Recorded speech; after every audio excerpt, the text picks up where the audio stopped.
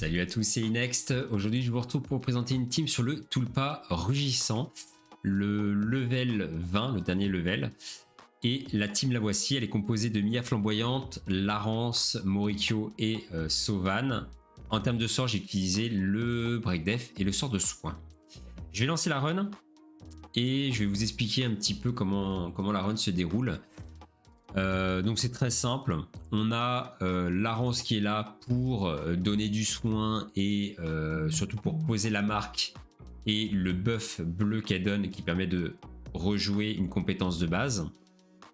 Morikyo en 2 pour la tankiness, pour les contre-attaques qu'il va mettre avec son S3 et pour le bouclier qu'il va donner. On a la Mia Flamboyante, elle c'est notre base de dégâts sur la run, et on a la Sauvan qui est là pour mourir à un moment de la run.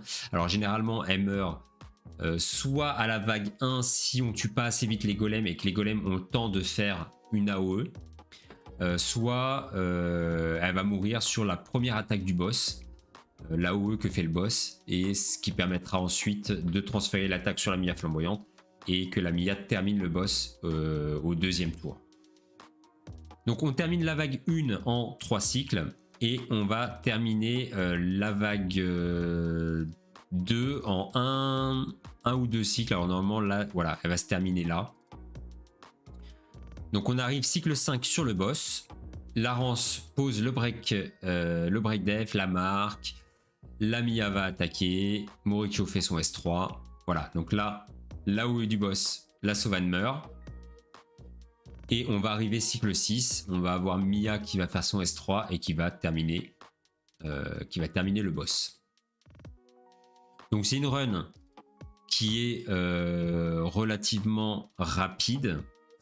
Quand vous tournez en auto sur les batailles en coulisses, là, on tourne autour de 1 minute 30.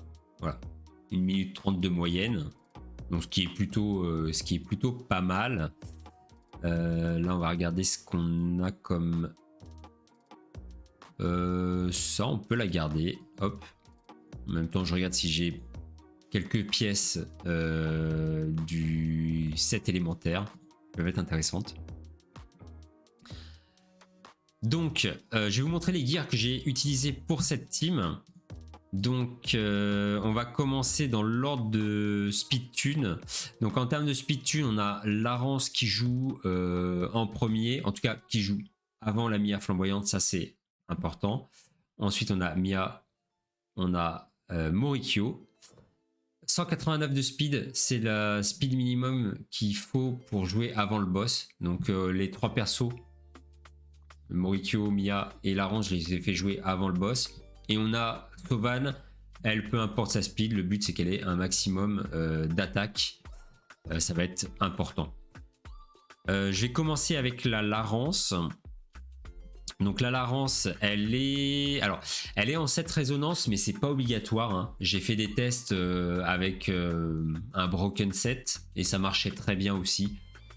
Important sur elle, c'est 3 stats, c'est PV, vitesse et de la concentration. En ce qui concerne la concentration, on m'a dit 180, mais 150 ça a l'air d'être suffisant. En tout cas voilà, j'en suis à une quarantaine de runs avec cette team là, et j'ai eu 0 derp pour l'instant. Je verrai si un jour j'ai un derp. J'essaierai de voir à quel moment le derp apparaît, mais en tout cas Larence pose bien ses debuffs avec 150 de concentration. Donc voilà, comme je vous ai dit, il faut qu'elle joue en premier la Larence. Ensuite on a Mia. Mia, elle est en assassin raider ici.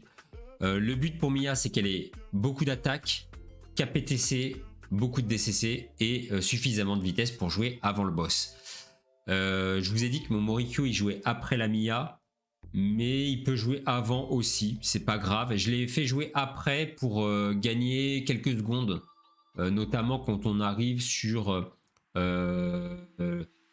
sur les derniers cycles des vagues et les derniers cycles du boss, bah voilà, au lieu qu'on ait un Morikyo qui va faire un S1 qui peut être très long en animation parce qu'en plus il va avoir le buff de la ronce, donc il va faire 2 fois son S1, et bah là vous avez Lamia qui joue avant Morikyo et qui va terminer le boss. Donc voilà, vous gagnez entre 3 et 6 secondes hein, à peu près de moyenne, donc ça peut, bah, c'est toujours ça de prix hein.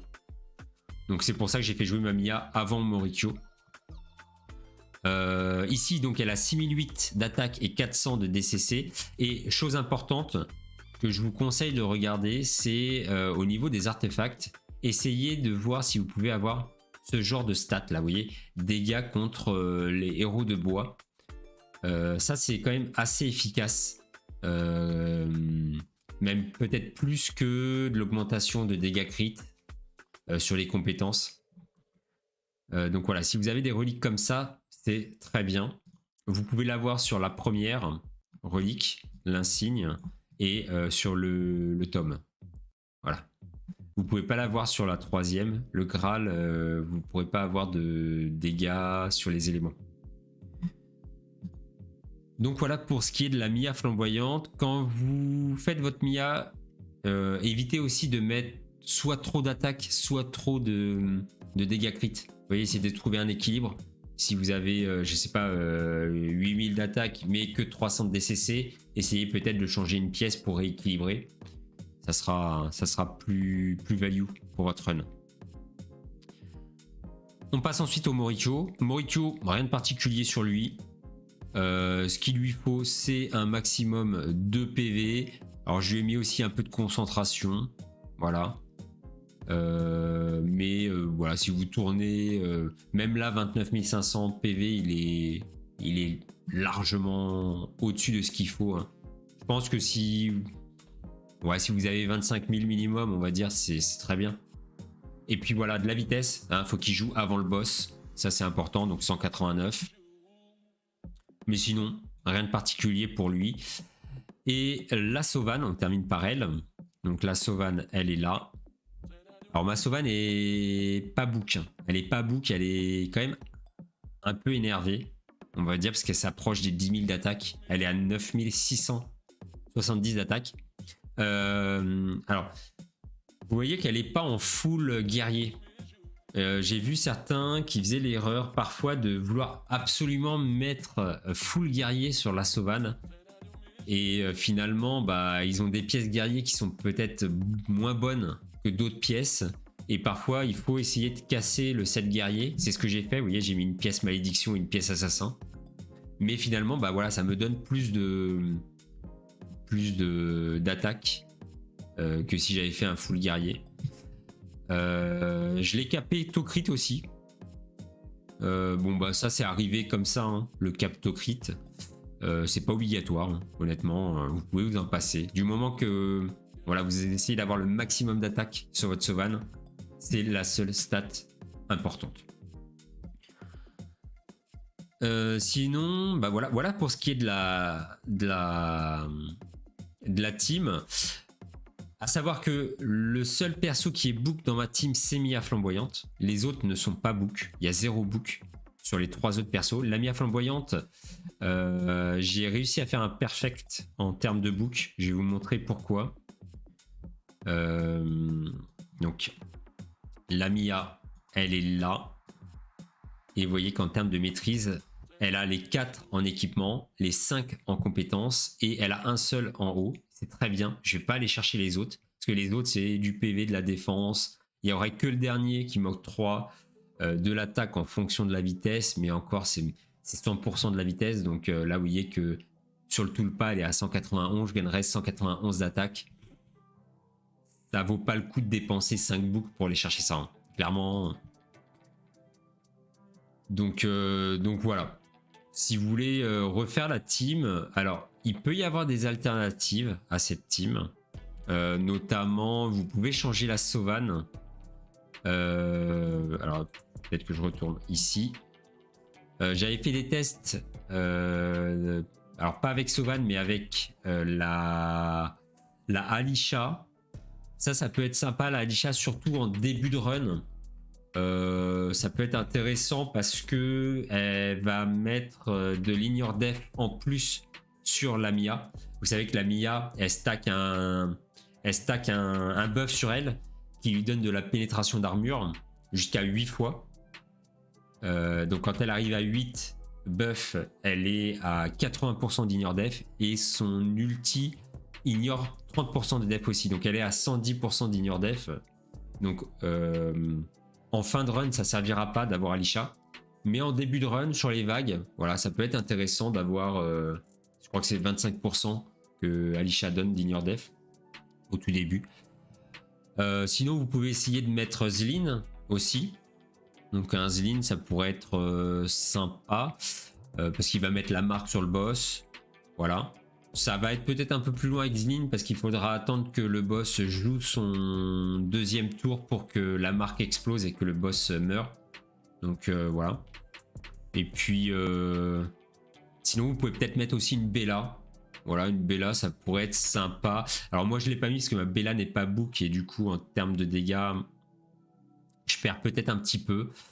Et elle résiste pas trop ma Bella au boss. Et surtout qu'il faudrait qu'elle joue avant le boss, donc qu'elle soit à 189 de vitesse.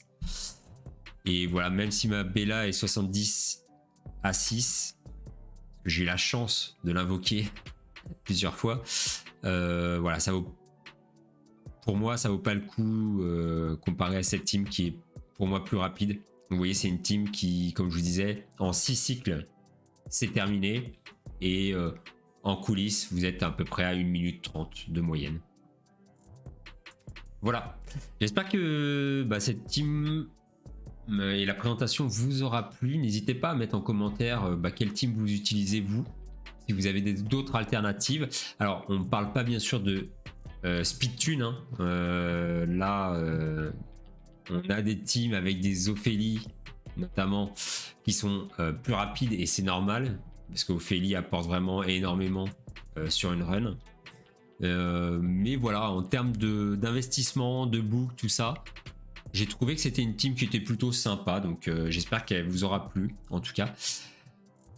N'hésitez pas à venir me rejoindre sur Twitch et sur Discord. Vous avez les liens en description de la vidéo. Et puis sinon, je vous souhaite de passer une excellente journée. Ciao, ciao!